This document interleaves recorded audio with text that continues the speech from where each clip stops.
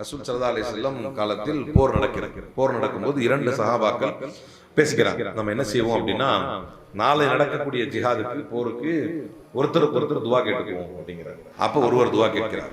என்ன கேட்கிறார்? இறைவா, நாளை நான் ஒரு பலம் பொருந்திய எதிரியை சந்திக்க வேண்டும். அப்படி நான் சந்திக்கும் பொழுது அந்த பலம் பொருந்திய எதிரி என்னை தாக்க வேண்டும், பதிலுக்கு நான் அவனை தாக்க வேண்டும். அப்படி தாக்கி அவனை வீழ்த்தி விட்டு அவனுடைய பொருட்களை எல்லாம் நான் வெற்றி பொருட்களாக, வார்பூட்டிஸ், கனிமத்து பொருட்களாக நான் எடுத்து வெற்றி வாகை சூட வேண்டும். அல்ஹம்துலில்லாஹ், ஆமீன் அப்படின்னு இந்த நண்பர் சொல்றார்.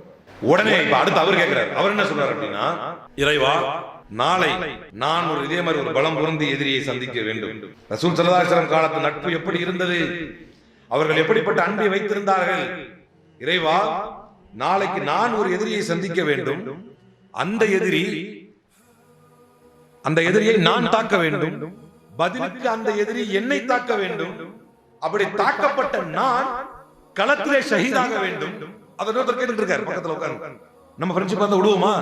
ஏய், என்னப்பா நீ நல்லா பேசிட்டு இருக்க, இதையப்பா கேட்கற, நாளைக்கு இல்லாம போயிட்டா நான் என்ன பண்ணுவேன், நீ நம்ம ஃப்ரெண்ட் ஆச்சே அப்படிலாம் நினைப்போம். ஆனால் உண்மையான நட்பு என்பது மறுமை சார்ந்ததாக இருக்கும், அல்லாஹ்வுடைய திருப்பொருத்தம் சார்ந்ததாக இருக்கும். அப்ப என்ன சொல்றாரு? அவர் என்னை தாக்க வேண்டும், நான் ஷஹீதாக வேண்டும், என்னுடைய உறுப்புகள் உருக்குலைக்கப்பட வேண்டும் எதிரிகளால். அப்படின்னா என்னது? கண்டந்தமா வெட்டப்பட வேண்டும்.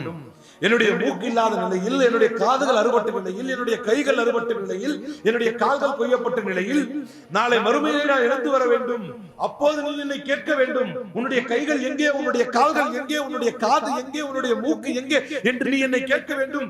இறைவா, உன்னுடைய பாதையில் அத்தனையும் இழந்தேன் என்று நான் சொல்ல வேண்டும் என்று அவர் சொல்ல, இவரும் அதே போல் உனக்கு ஆகட்டும் என்று கேட்க, மறுநாள் அந்த களம் முடிந்த போது அவர் சொல்லி காட்டுகிறார், நான் அதே போல ஒரு பலம் பொருந்திய எதிரியை சந்தித்தேன், அவன் என்னை தாக்கினான், பதிலுக்கு நான் அவனை தாக்கினேன், அல்லாஹ் எனக்கு வெற்றியை கொடுத்தான், நான் என்ன துஆவை கேட்டேனோ அதே துஆவை அல்லாஹ் எனக்கு கபூலாக்கி தந்தான். என் நண்பரும் நானும் சேர்ந்து கேட்ட துஆ, அந்த துஆ எனக்கு கபூலாக்கி தந்தான்.